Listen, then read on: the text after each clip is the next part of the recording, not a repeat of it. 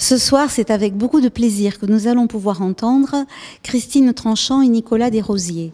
Christine Tranchant est une pianiste, musicologue qui a reçu de nombreux prix et qui est également organiste. Nicolas Desrosiers est pris au Conservatoire de Paris et il a également de nombreuses cordes à son arc, bien que son autre instrument de musique en dehors de la voix soit la guitare. Il a aussi participé à des comédies musicales. Ce soir, donc, dans le cadre des commémorations de l'armistice du 11 novembre 1918, il nous propose un concert révérence à la Grande Guerre.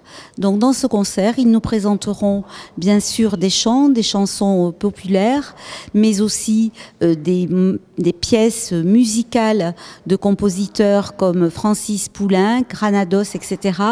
Et je crois que le concert de ce soir participe au mouvement actuel qui fait que nous sommes tous Français du XXIe siècle, sensibles à ce qu'ont vécu les soldats anonymes dans les tranchées et aussi la population restée à l'arrière. Et quoi mieux que la musique et notamment les chansons qui sont chantées, fredonnées par tout un chacun et qui peuvent apporter du réconfort. Donc quoi de mieux que ces chansons pour rendre un hommage à tous ceux et notamment les combattants qui ont participé à ces très dures et longues 4 années de guerre. Et puis, j'en profite pour rappeler que, toujours au musée Petier, nous avons sur la totalité du mois de novembre une très belle exposition prêtée par les archives municipales de Sète, Ma petite Jeanne chérie, où nous pouvons voir une partie de la correspondance d'un couple, lui étant ingénieur botaniste à la station biologique de Sète, Bernard Collin, et son épouse Magali, qui s'était engagée comme infirmière pendant la guerre, et qui parle, pour lui bien sûr, des tranchées. Il en parle de façon d'ailleurs assez crue, notamment par rapport au spectre de la mort qui rôde et qui va le toucher lui-même en 2016, si je ne me trompe pas. Et puis, il parle aussi beaucoup de leur petite fille, leur petite Janie. Et c'était d'ailleurs très émouvant parce que pour l'inauguration de cette exposition, eh bien, nous avons eu la fille de Janie qui jouait donc du violoncelle pendant que 2 lecteurs nous lisaient des extraits de ces lettres. Donc ces correspondances, vous les trouvez exposées dans les vitrines du musée Petier, de même que des dessins de Bernard Collin. Et d'ailleurs, le dernier samedi de novembre, à 10h, Céline Barbin, la conservatrice, viendra nous parler du style comparé des dessins entre Étienne Dujardin-Baumette et Bernard Collin. Donc venez nombreux voir cette belle expo.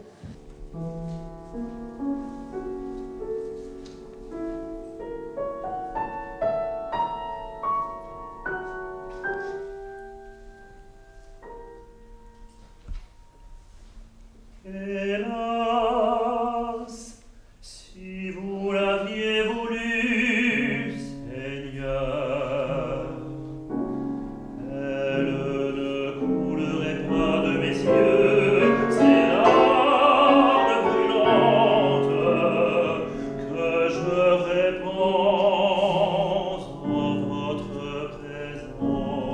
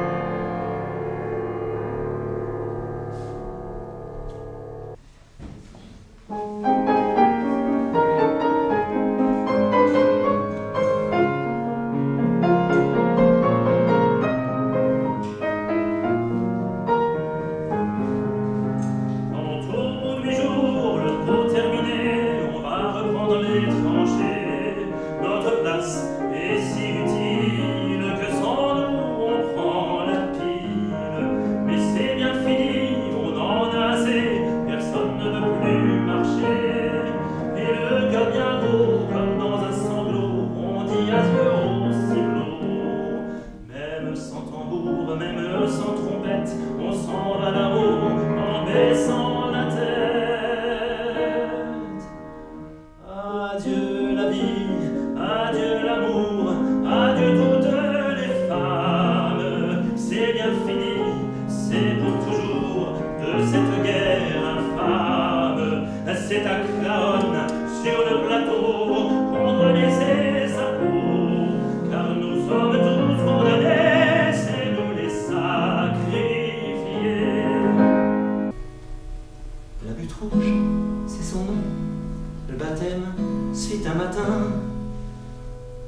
ceux qui grimpèrent roulèrent dans le ravin.